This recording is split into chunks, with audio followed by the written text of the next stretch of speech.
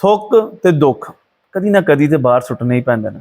महबूब दी राल ते बुढ़े दी बलग है तो थुक ही ने, लेकिन हो सकता है कि महबूब दी राल चाह नूं मिठा कर दे ते बुढ़े दी बलगम जनाब साड़ा दिल खराब कर दी है। सियाणे कहंदे ने you never be the same person after your first kiss, यानी कि जिले एक बारी राल दे नाल राल दा तबादला हो जाता फिर तुसीं पहले जैसे नहीं रहंदे। असल गल यह है कि थुक नाल साड़ियां बड़ियां यादां जुड़ियां। निक्के हुंदे जिले माँ साडे सुरमा पांदी रही है, सुरमा पा के ते जनाब उन्हें अपने दुपट्टे नूं इंज करके थुक ला के ना ते इत्थों वाधा सुरमा साफ करती रही। जे किसी दी अख चुभ भी जाती रही है तो जनाब सकून वाला अख ते इस तरह करके वो कपड़ा रख के दुपट्टा रख के इंज करके फूक मारनी ते थुक ते हवा के कंबीनेशन नाल अख नूं बड़ा सकून मिलता रहा। कदी कदी जिले स्कूले ही जाते रहे हैं पढ़ते रहे हैं बादशाह तो कितने लड़ाई लग जानी आपस है तो फिर जनाब लड़ाई की इंतहा यह होंगी रही है कि गुस्से नाल दूसरे के मूँह तो थुक देना।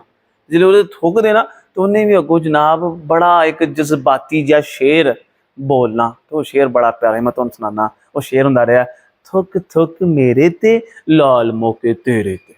लो फिर सजनों अज थुक जर्नी का आगाज़ करन लगे हैं तो कुर्सी की पेटी ज़रा बन लो तो आओ फिर ज़रा थुक जर्नी का मज़ा लईए।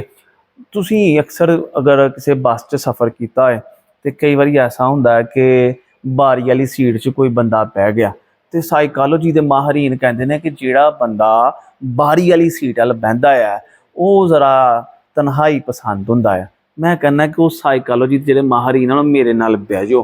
कई बंदे बारी वाली सीट ते बह के ते बाबा सफ़र शुरू हुंदा ते थुकन लगते हैं।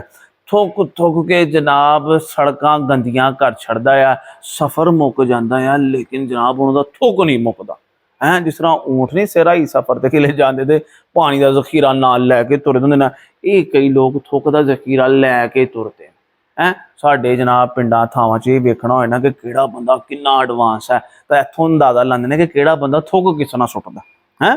कई तो बंदे एडे शाहकार तरीके नाल थुक सुट्टदे ने कि दोनों दंदां नाल दंद इस तरह जोड़ के जिस तरह सप्प नहीं जहर सुट्टन उस तरह पचकारी विचों कढ़ के सुट्टदे ने ते बंदा रश्क भरियां नज़रां नाल वेखदा कि वाह क्या बात है क्या बात है।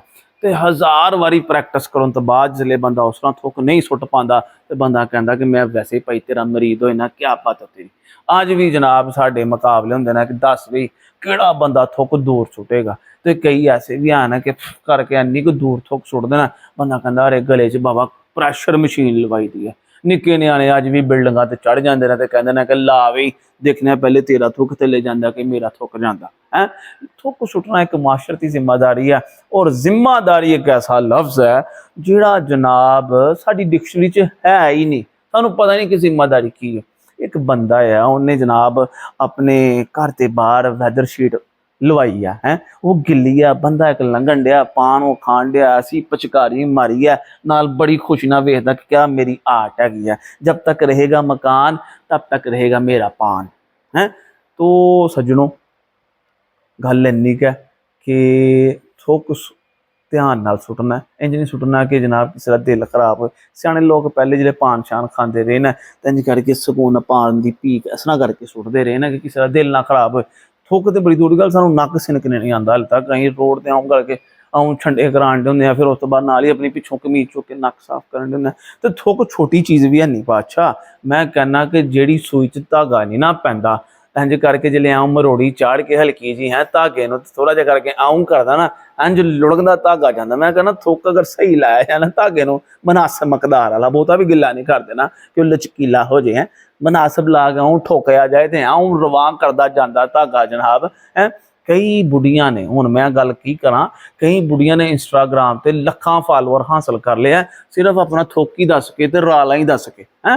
तो चलो ये साड़ी अपनी चॉइस है लोगों ने उन्होंने फॉलो किया तो एंड तो मैं ही कहा कि बादशाह थोड़ा जहा थुक सुटन टाइम भी ज़रा एहतियात कराया करो ताकि दिल ना खराब होए।